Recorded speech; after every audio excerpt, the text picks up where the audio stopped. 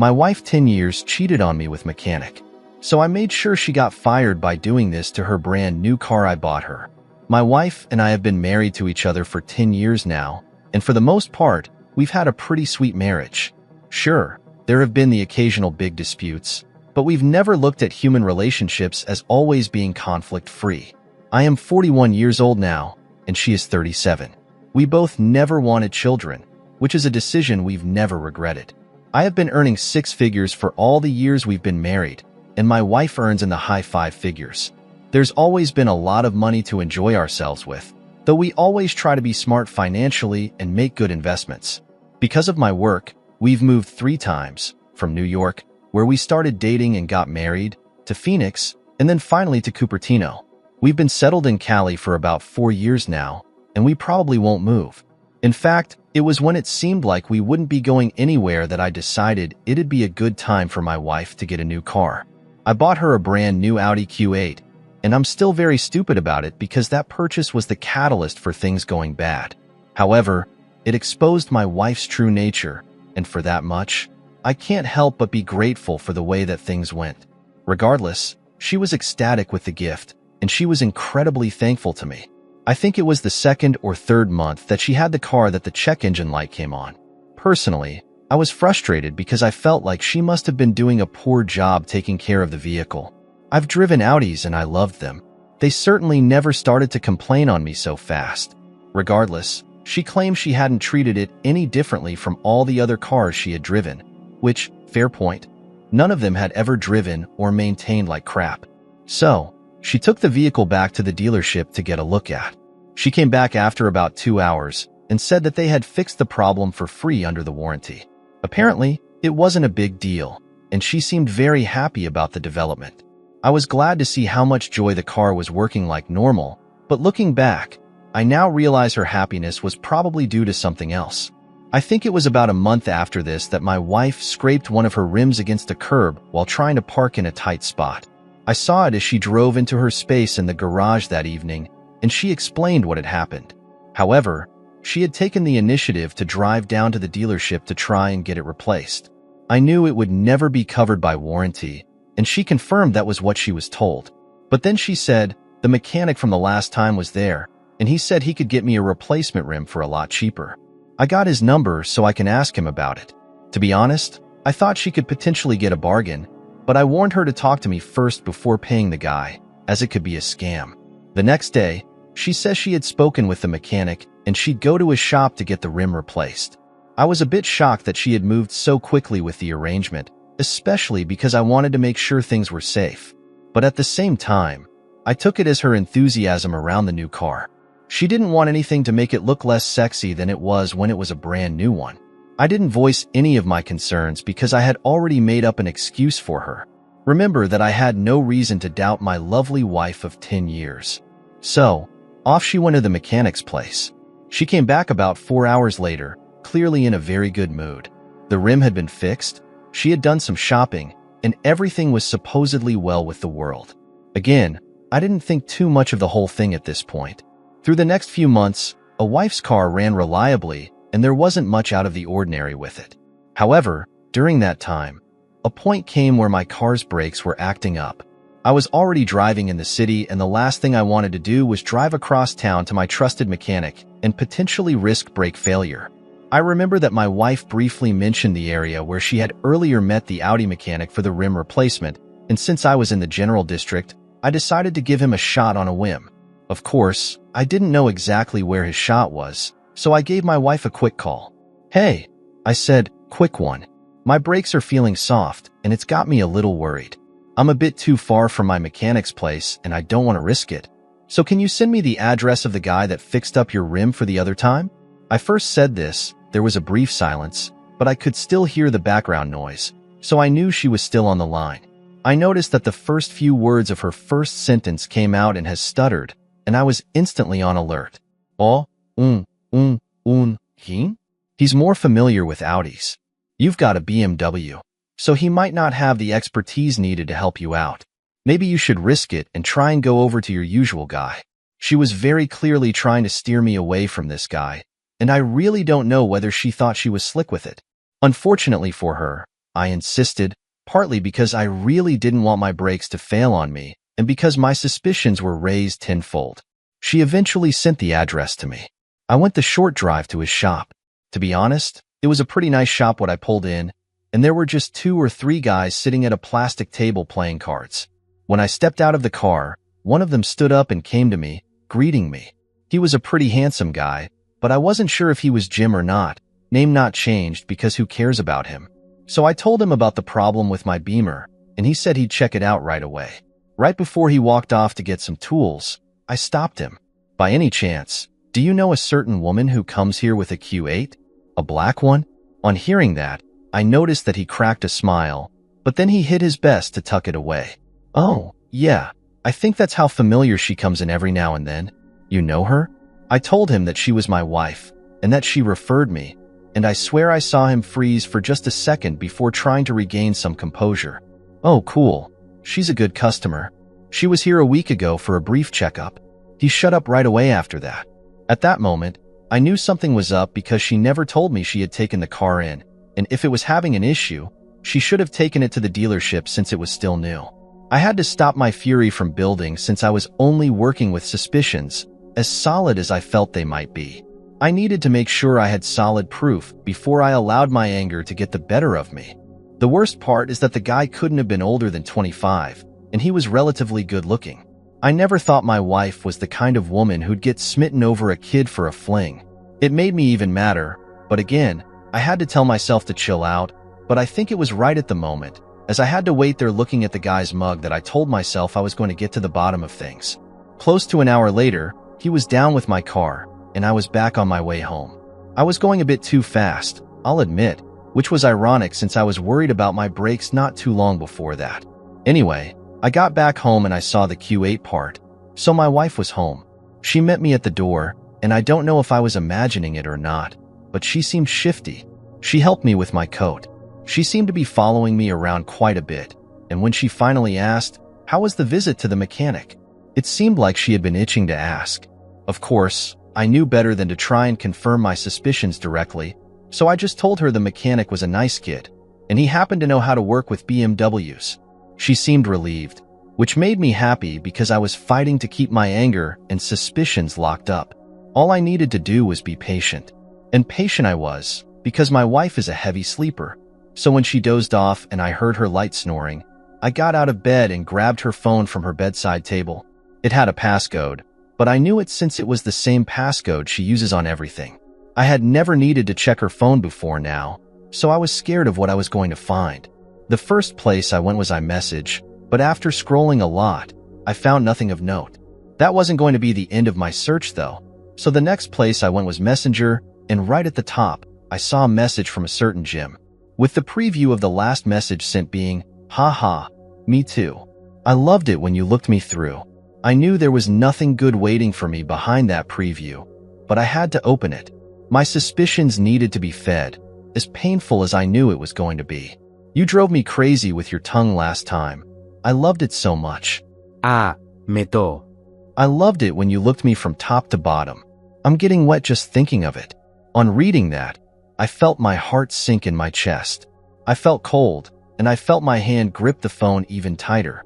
I really can't describe the emotions I felt at that moment, but it was some combination of betrayal, heartbreak, and pure undiluted pain. Yet, I kept reading. I had to know everything. I had to know when it started, what they had done, when they had done it, and so on. My curiosity carried me all the way to the top of their conversation with each other and everyone.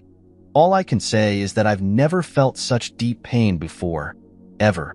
I put her phone back on the bedside table, removing any evidence that I was even there, but I remember standing in the dark of the room and just staring at her. I won't lie. The hurt I felt in that moment drove me to some really messed up thoughts as I looked at her. I must have stood there for 5 minutes, but in the end, I went back to my side of the bed and stared at the ceiling. I didn't sleep at wink, and I just went over every single thing I had read over again. I could feel my heart pounding in my chest as I remembered. They had sex at least twice, and they did it once in the back room of his workplace. So sleazy for supposedly high-class women, and once in some kind of hotel or motel. There didn't seem to be much remorse, and there was mention of next time. To be honest, it took the strength of Hercules to stop me from flipping out in the middle of the night. The thing is, I called it sick after she left for work the morning after because I really couldn't concentrate in the state I was in. However, this is another day after, and I've called in sick again. I won't say that I'm completely all right, but I think I've placed my anger to one side, and I'm focused on making her pay. Because how can you throw all of this away for a cheap fling? I'm not looking to do anything illegal, because she's not worth that anymore. But how do you guys think I can get back at her? I'm not going to cheat back, because it literally won't fix anything. I need her to feel the kind of pain I'm feeling right now, because imagine the car I bought her as a gift being the reason why she eventually cheated on me. Like I said, if you've got advice, let me know what you think. I can barely think straight. Edit. Yes, it goes without saying that I'm going to get divorced because I cannot stay with a cheating hoe, whether we've been married for 10 years or not. The guy looks young enough to be my kid, and something about that is just disgusting to me. Edit 2. No, I will not let it go. If I was going to, I wouldn't be here. No, again, I will not cheat back and throw it in her face. I want to hurt her in a more lasting way, and that's what I'm trying to figure out. I did see a suggestion about sabotaging her work, and the truth is that might work out if I can be patient. I don't know if I can, to be honest, but I'll try to wait for the right opportunity. Edit 3. So, everyone, I think I've come up with the perfect plan to get back on my wife.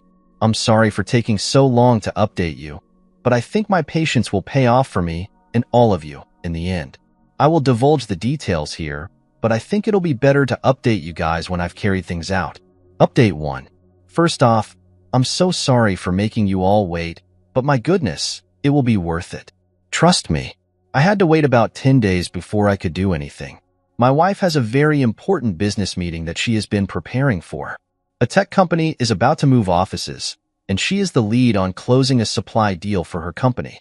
In a stroke of genius, if I do say so myself, I figured out the perfect way to get back at her. Poetic justice, but we'll get to that soon. She has spent a lot of time fretting about this big deal she needs to close, and I eventually got involved in helping her prepare for it. I was there playing the role of the tech company's rep, asking questions, giving her tips, and so on. Tonight's the night before the meeting, and there was a lot of intense preparation, and she feels very confident. She thanked me so much and I was so irritated each time she repeated it, but I had to force a smile through it all. Just so you know, I checked her phone again a few days ago, and yes, they met up another time. I needed that to refuel with me because I was already starting to wonder whether I was doing too much. Anyway, I shoot her off to sleep because a good night's rest is essential for big meetings or exams, kids. Once I heard her soft snoring, I knew it was time for me to move. I went straight to the garage and towards her car, popping open the driver's side door. In case you don't know, the battery for the Q8 is under the driver's floorboard, but I know this and I went straight for it, disconnecting the terminals.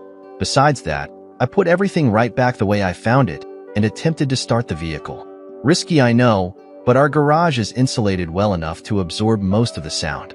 When I didn't make a sound, I knew I was good to go. I wasn't done yet though, oh no. Next up, I went to my own car and deflated one tire by a lot. It was clear to me that once she couldn't get her car started, she begged to take mine because of how important her meeting was.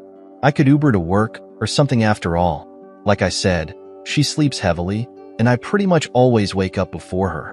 So, I grabbed her phone from her bedside table, and I've turned off the alarm she has for 6.30. I know that I will probably sleep like a baby tonight, even with my cheating wife beside me. I feel like Dr. Frankenstein waiting to watch this creation come to life. I'm sitting in bed right now, bubbling with excitement, and I decided to let you guys know what I'm planning for.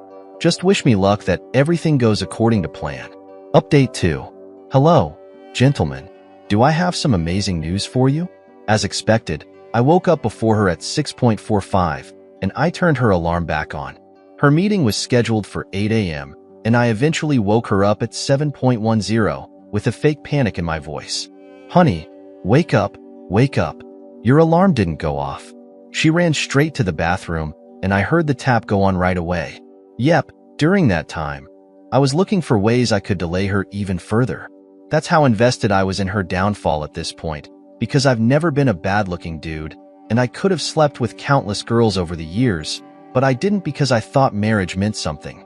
Apparently not. It was 7.55 by the time my wife had brushed her teeth, showered, picked out an outfit, done her makeup, and had a quick cup of coffee. No, I didn't start the machine for her like I usually do. I heard her get into her car in the garage and close the door, and I waited to hear if the car would magically turn on, but of course, it didn't. She shouted from the garage after about 2 minutes, and I walked over to where she was. "What's up with your car?" I put on my best concerned look. "Pop the hood. Let me take a quick look for you." She did just that, and I looked around, checked the oil, tapped a few things, and asked her to try again. I did this for another 5 minutes. My aimless actions changed nothing, of course.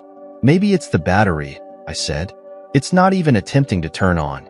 So probably the battery, but I can't figure out where it is in the engine bay." She was barely listening to me because she was fretting. I thought I could see her eyes watering. She knew what was on the line, and I felt like the greatest sense of showed and fraud any man has ever felt in that moment. It took her a while. It was 8.15 before she said, "Let me take you a car." She ran inside to get my key before I could even respond in the affirmative. It would take her about 20 minutes to get to work now since she had beaten the work time rush. As she ran out, I had to shout at her, "Wait, I have a flat. Hold on." She looked like she was going to rip her hair out. She rushed to my trunk and brought out the portable pump I used, setting it up herself. It took a few minutes before it was fully inflated. She packed up the pump, tossed it in the back seat, and got into the car. I was hoping to drag things out a bit more, but she had taken care of things herself. My job was done and I watched as she drove off, a bit too fast. At that moment, I did hope she wouldn't get into an accident, but that was where my concern ended. I went back inside and logged into my work from my laptop. I knew it was going to be a waiting game at that point, and I had things to do. I decided to make it a remote work day since I could use my wife taking my car as an excuse. My bosses loved me, so that wasn't too much of an ask from them. I felt like forever, though. I kept trying to keep my mind off whether my revenge plot was working the way I wanted it to, but it was hard. It was so hard to concentrate, but I did my best. In that time, I decided to plug her battery back in to cover my tracks, and then, almost 2 hours later, I heard my car pull into the garage. I had to remind myself to put on my game face. As she entered, I beamed and said, "I know you just crushed it. You're a superstar." But I could see she had been crying. "Don't smile, don't smile." I had to keep telling myself that, and every time I felt the drop of sympathy trickling in, I reminded myself that she had let this guy climb on top of her more than once. She had no remorse, and neither could I cry. "What's wrong, honey?" As I said that, she burst into tears. She was mostly unintelligible through all the snot and tears, but I got the gist of what she said. "My friends, listen up. The best case scenario, it worked. Everything worked the way I wanted it to.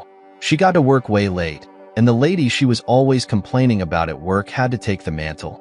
My genius didn't predict this outcome, of course, and was commended for stepping up despite the pressure.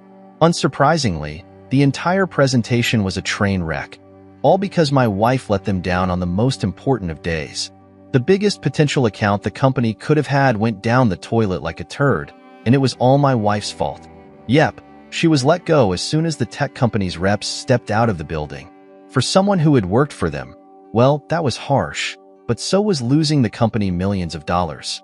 She told me through sniffling and wailing that people were whispering and startling at her as she walked out of the office. The most embarrassing kind of termination. She had let down the entire company. All because of that stupid car. I said, "I'll have to give the mechanic a piece of my mind because it seems he must have done a pretty crappy job the last time he took the car to him. This is all his fault." I noticed that her sniffling quieted down and I could almost hear her brain processing whether her darling Jim, her sin, was the direct reason why this happened. I kept going. Man, that mechanic. The entire thing was because of him. This was a little hint for her, but I didn't really care whether she caught it or not. She spent the night drinking and I told her I had a headache, so I went upstairs to sleep. I wasn't sleeping though. I was making arrangements with my lawyer to get the papers for divorce ready. I had to put up with her whining for a few days more before I served her. I will never forget her face at that moment though. At my lowest moment, There were tears streaming down her cheeks. She was hysterical. Why would you do this to me now? What did I do to you to deserve this? I don't know, but maybe you can ask your sweet Jimmy boy. I'm sure he'll have an answer for you. Tell him to check out your car while he's at it. Can't have you losing your job again now, can we? I've never seen her look so shocked. She looked like a deer caught in headlights, and she was literally speechless. I couldn't help it. I actually laughed in her face right there. I was sick and tired of her at this point. Pack up your things and find somewhere else to go. I'll give you some hours. And from there, I took off. I drove around town trying to make sense of my emotions. I'll admit there was a blend of sadness, joy, relief, and pain. But there was definitely no regret. By the time I got back, it was dark and she was gone. It's been 2 weeks since then, and she hasn't come back. My emotions were very complex otherwise. I would have updated all of you earlier, but things are over. There are no kids to worry about, and I already told her parents everything. So I know they won't come to join her to grovel. I feel good though, like a cancer has been cut out of my life. It took some healthy flesh with it, but it is honestly for the better. I'm not too old, so I have a lot of life ahead of me. About Jim, I considered finding a way to punish him for his role in all of this, but he's pretty much just a kid and my wife was the cougar in this situation. I think I'll let him off the hook, but I might change my mind. If I do, I'll let you guys know, but for now, that's it. I really appreciate all of your comments and support through this. Just remember guys, it's never going to be worth staying with a cheating partner.